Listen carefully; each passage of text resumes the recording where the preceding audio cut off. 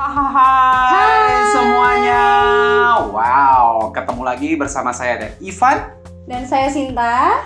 Hari ini kita di 7 Minutes Creative Parenting. Nah, hari ini kita mau membahas satu topik yang kayaknya lagi hot-hotnya, lagi hits banget, yaitu tentang school from home. Nah, ini biasanya mami-mami nih ya yang lagi sibuk banget dan lagi bergumul banget dengan sekolah di rumah. Bener banget. Jadi beberapa hari kemarin juga udah masuk nih laporan-laporan dari para orang tua bahwa nggak cuma orang tuanya yang give up say, tapi anak-anaknya juga udah mulai nggak mau belajar lagi di rumah. Anak-anaknya juga ternyata udah mulai capek kayaknya ya. Nah, hari ini kita mau kasih beberapa hal yang berhubungan dengan school from home bersama kami ya tentunya ya di 7 Minute Creative Parenting School from Home. Nah, ada beberapa tip ya saya. Yes, ada 5. Ada 5. Yang pertama adalah yuk, kita sebagai parents, kita mau atur jadwalnya anak-anak kita. Mengatur jadwal ya? Mengatur jadwal. Walaupun sepertinya ini adalah liburan, tapi kita tetap harus mengatur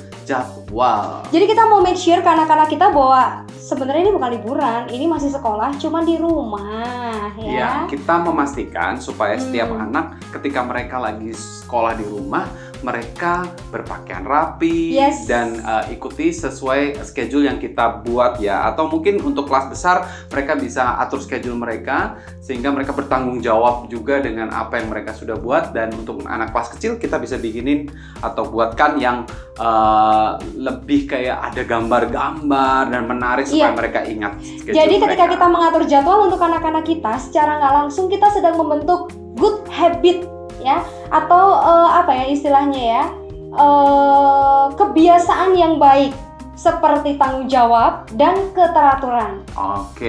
Dan terus ketika kita mengatur jadwal anak-anak kita, itu kayak menghindari setiap orang tua supaya tidak terkesan cerewet. Karena jadi ngingetin terus kan kalau kita nggak atur jadwal. Jadi mereka harus ingat ya. Ayo sekarang mandi, habis mandi nanti makan, habis makan nanti. Wah, itu jadi terkesannya betul banget. Terus ini mempermudah juga buat orang tua nanti kalau sekolahnya sudah kembali offline, mereka nggak bingung dan beradaptasi lagi.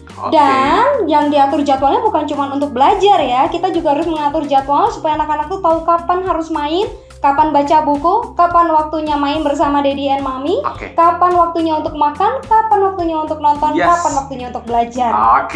That's number 1. And then kita masuk ke nomor 2. Nomor 2 itu adalah kita harus set up ruangan atau mengatur ruang belajar supaya lebih nyaman buat anak-anak.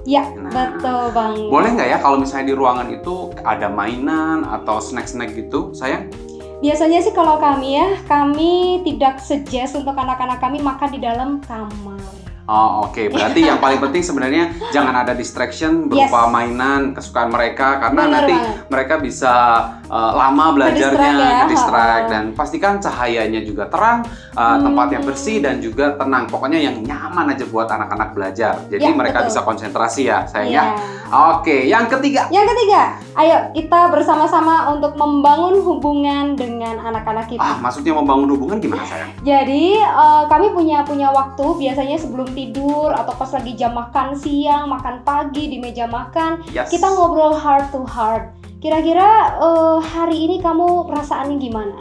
Ini supaya mengantisipasi atau mengatasi anak-anak yang lagi moody atau moodnya nggak baik. Jadi kita tahu kita bukan memaksa, tapi karena kita sudah punya hubungan yang baik, jadi apapun yang kita perintahkan itu didengarkan sama mereka dengan hati yang lebih luas, lebih tenang juga.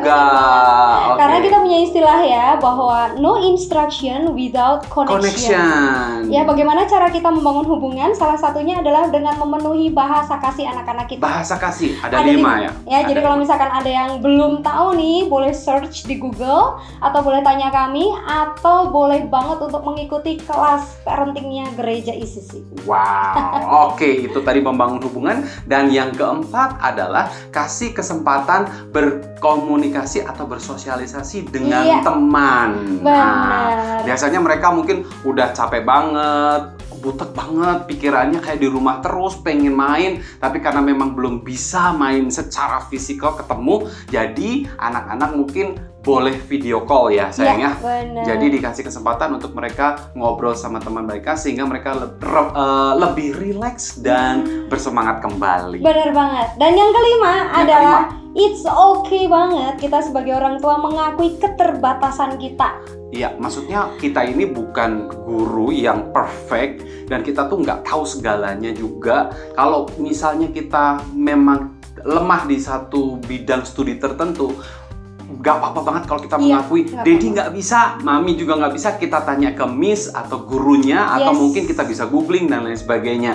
Jadi kita sendiri juga nggak stres, nggak under pressure, jadi kita mengakui kelemahan kita. Bener. Dan ini ada pengalaman dari teman saya, dia itu sampai ngotot-ngotot sama anaknya ya, dan dia tuh berharap bahwa anaknya tuh lebih nurut sama dia. Misalkan anaknya habis Zoom meeting nih sama gurunya nih, atau habis berkomunikasi dengan guru dan teman-temannya melalui aplikasi apapun lah gitu ya, dan misalkan jawaban matematikanya adalah 8, mamahnya ngotot, enggak, kata mama adalah 6, guru kamu yang salah. Jangan ya. Anaknya confused nanti ya. Kita bukan dewa, kita bukan Tuhan. Bener banget. Kita butuh bantuan orang lain juga. Dan it's okay banget kalau misalkan kita mau konseling ya. Jadi kalau misalnya mau konseling dengan orang-orang yang dianggap ahli atau ikut webinar, untuk saat ini sangat diperlukan untuk kita menambah pengetahuan kita melalui apapun juga. Oke, that's it for today. Ini dia 7 Minutes Creative Parenting. Bye-bye.